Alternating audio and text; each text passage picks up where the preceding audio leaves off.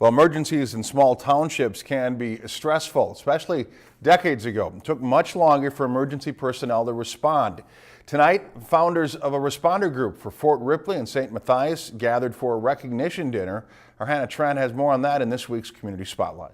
We had some awful bad accidents, car accidents. These retired emergency responders have a lot to reflect upon. One on the bridge there was probably one of the worst ones. Car accidents, cardiac arrests, broken bones, they've seen it all. They're the founders of the Fort Ripley and St. Mathias First Responder Group. For 25 years, they've had their hands full. Probably 2-3 times a week, a lot of times. During the 1980s, response time for the two townships could be over a half hour. They knew every second was precious.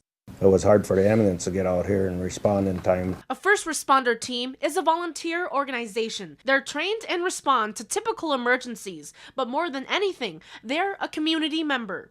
Man, on that one day we had like 2 fatalities in one day and we knew them both. First responders are the first people on the scene. In small townships, seeing a familiar face linger between life and death is too common for these former responders. It was family, it was neighbors, it was, the people you knew.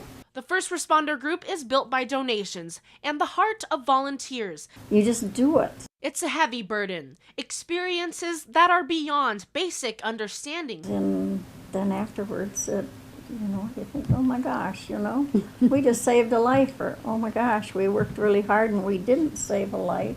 There's no pay, but that's far from the point. The only pay is the thanks that you may get and the feelings that, you did do something. They may be retired, but their concern for their immediate community is passed on to younger volunteers or potential heroes. Hannah Tran, Lakeland News. When the group was first founded, there were over 30 members. Now there's only about 15. The group is currently recruiting younger volunteers.